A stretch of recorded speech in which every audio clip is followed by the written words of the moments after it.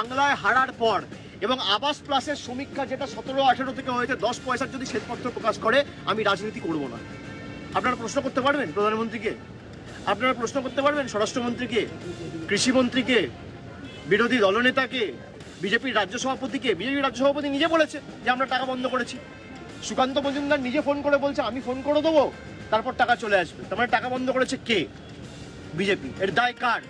আজকে যদি আবাস হতো এই বাচ্চাগুলোর মতো, এই বাচ্চাগুলোকে এইভাবে হাসপাতালে অ্যাডমিট হয়ে থাকতে হতো না, এদের মাথার উপর এই আঘাত আসতো না, এই চোট লাগতো না। এর দায় কার? এর দায় একমাত্র হচ্ছে কেন্দ্র সরকার এবং বিজেপি নেতাদের। আর যদি আপনি দিয়ে থাকেন আপনি শ্বেতপত্র প্রকাশ করুন। দুধ কা দুধ, পানি কা পানি।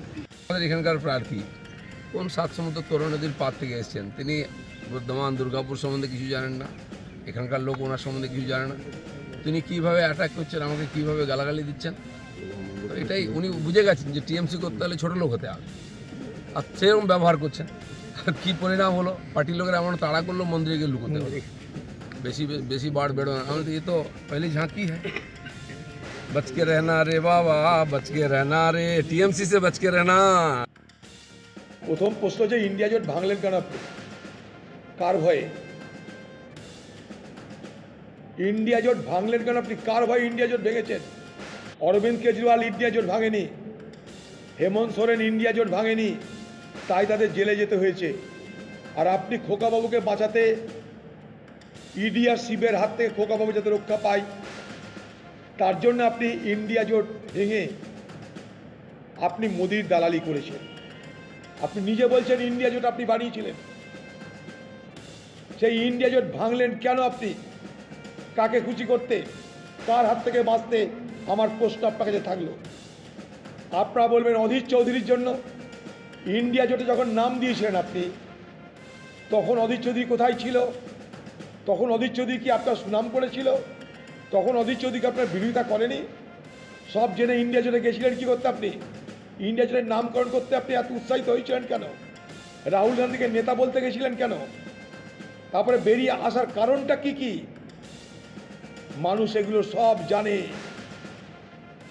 ইন্ডিয়া জোটের সঙ্গে আপনি বেইমানি করেছেন। কি বলবো, আমরা তো সবথেকে অবাক হয়ে গেলাম ইলেকট্রিক বন্ডের যে ব্যাপারটা আর কি, এটা নিয়ে অনেক হচ্ছে এবং টিভিতেও আমরা সব দেখছিলাম। তাতে দেখা যাচ্ছে যে ইলেকট্রিক বন্ডের টাকা বিজেপি পাস বেশি টাকা নিয়েছে, তারপরে তৃণমূল কংগ্রেস নিয়েছে। মানুষের এই যে শ্রমের দ্বারা উপার্জিত অর্থে একটা ছোট্ট বাড়ি করা, একটা সংসার তৈরি করা, এসব এই চোর শাসনেরা তার কোনো মূল্য দেয় না, মূল্য বোঝে না। শুধু আপনাদেরকে বলবে যে আমরা তো 1000 টাকা দিয়ে দিচ্ছি লক্ষ্মীর ভান্ডার, 1200 টাকা দিয়ে দিচ্ছি লক্ষ্মীর ভান্ডার। এই জানোয়ারেরা এটা জানে না যে মানুষ বিক্রি নয়। আর যে টাকা তোমরা দিচ্ছ লক্ষ্মীর ভান্ডারের নামে, সেই টাকা তোমাদের ঘর থেকে তোমরা দিচ্ছ না, তোমাদের পৈতৃক সম্পত্তিও নয়। এই চোর শাসনের শাসন আর আমরা চাই না। অনেক দেখেছি, অনেক দিন হলো তারা সব চুরি করে, শিক্ষিত বেকারদের চাকরি চুরি করে, মানুষের থালায় যে অন্ন যাওয়ার কথা সেই অন্ন চুরি করে অন্য দেশে বিদেশে পাচার করে এবং তার বিনিময়ে কোটি কোটি টাকা রোজগার করে, রোজগার বলবো না, কোটি কোটি টাকা কামিয়ে তারা নিজেদের ব্যক্তিগত সম্পদ বাড়িয়ে চলে।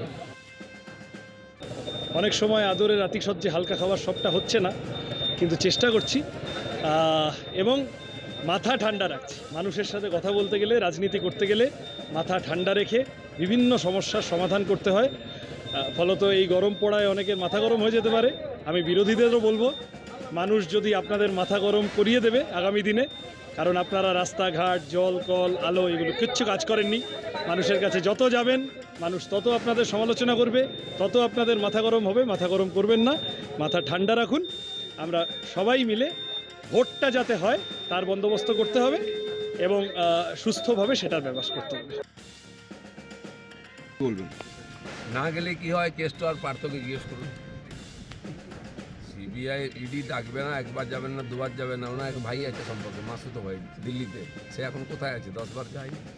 তো পাঙ্গা নেবেন না ইডির সঙ্গে সিবিআই আমাদের চমকাচ্ছিলেন, ঠিক আছে, আমরা এখনও ক্ষমতায় নাই, কিন্তু ইডি সিবিআই আগে বলতো যে পুলিশের চলে নাকি 18 গা নাকি, এখন তো 42 গা হয়ে গেছে। যারা যারা লুট করেছে, চুরি করেছে, ভগবানও তাদের বাঁচাতে পারবে না।